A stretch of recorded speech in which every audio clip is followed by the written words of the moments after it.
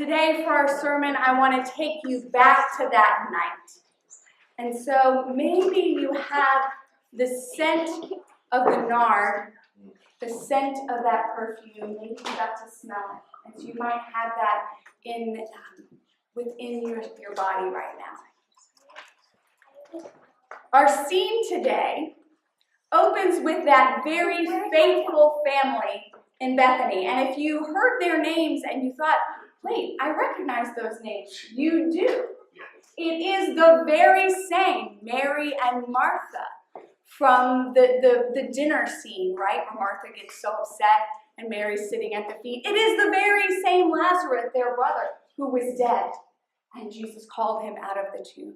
So we get this kind of long story and a long history with this family. And here they are today, reprising their classic roles at a dinner party with Jesus and his disciples. Martha, ever the dutiful, is serving dinner, while Lazarus sits at the table showing off his healthy post-resurrection appetite. Mary, we hope maybe she might have helped her sister prepare the meal this time. But this time, while she was getting the oil for the lamps to fill them, to prepare for the coming darkness, something else caught her eye. A bottle, glowing amber in the dimming light. And her mind flashes back to the day at the market when she first saw that bottle, dusty, at the very back of the shopkeeper's shelf behind the counter. You know, where they keep all the things that are too costly to be out on the floor? She'd been saving all of her money since she was a young girl, waiting for something, someone worthy of a life's work.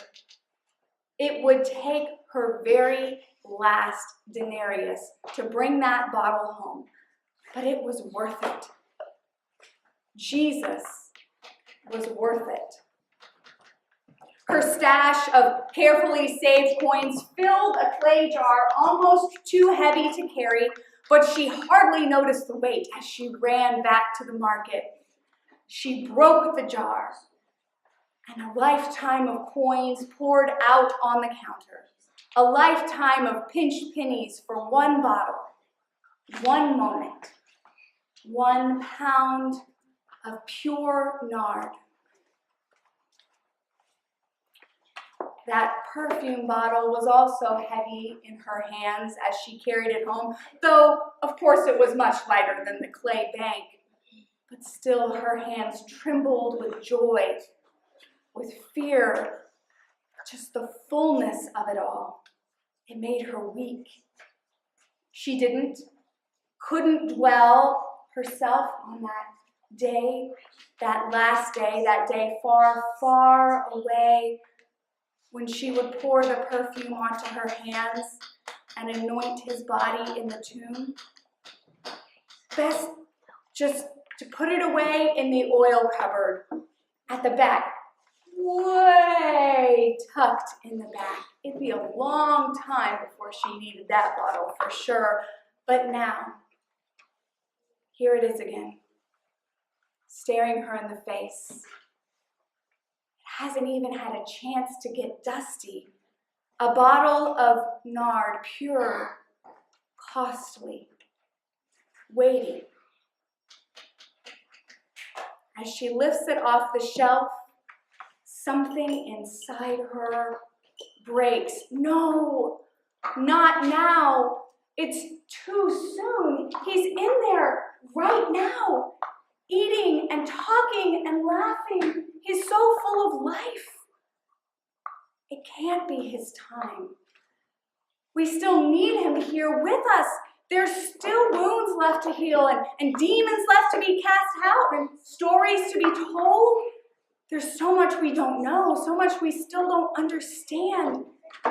He was going to teach me how to fish. I still don't know how to fish. He can't leave us now.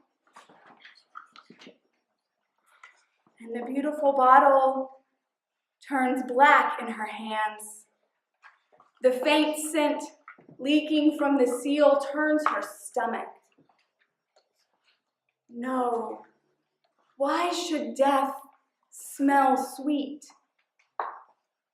What good is a pound of perfume when it's covering his empty flesh?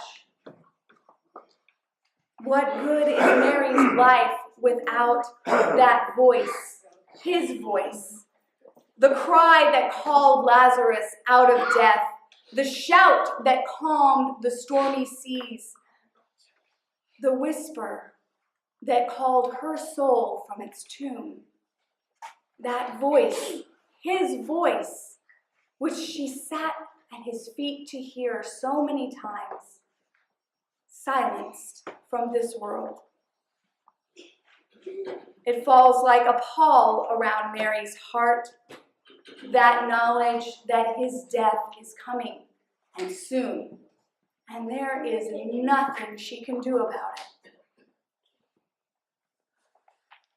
Except, well, she was going to wait, but yes, it's time. It has to be now, right now. And so as the hot tears flow, she walks back into that dining room and she kneels at his feet. Will it be the last time? And so the room goes silent. She takes the seal and breaks it, spilling the slick, thick fragrance through her fingers onto his toes and ankles and feet. Her hands move with quiet determination, carefully covering his feet with the precious oil, not wasting a drop as she wipes them with her hair. The pungent aroma drips down his legs and seeps into the floor. It twists into the tresses of Mary's hair, and it blossoms out to fill every room, every nostril in that house. They may never be free from the smell. Sweet and spicy for sure, but also bitter. It's the smell of sorrow, the smell of grief, burial perfume, anointing the one who is the way, the truth, and the life. What is she doing? Jesus is not about to die. That can't be true. Not now. Not now. At the coming emptiness, it expands in their bellies like a brick. Some things will remain, they know, tangible reminders that he is gone, his sandals tossed by the back door, his robe hanging limply in the closet, his walking stick leaned against the wall, all just waiting for another journey, another day, another moment in the light. He says he will come back, whatever that means. He speaks of an advocate, but it's not the same. It will never be the same. Life after Jesus dies. Suddenly, Judas, with his shifty eyes and sticky fingers, shatters the holy moment. Why was this perfume not sold for a year's wages and the money given to the poor? Mary speaks no words of defense. Why? When her actions are so clear, as pure as her perfume. Leave her alone, Jesus says. You always have the poor, but you do not always have me. Jesus' words, though calm, belie something else, something much darker, something they all know now. but will not, cannot say. Only Mary. Mary with her wild hair and her pure heart. Only Mary with her life's gift, her last drop of sweet perfume. Only Mary knows what to do as the twilight comes.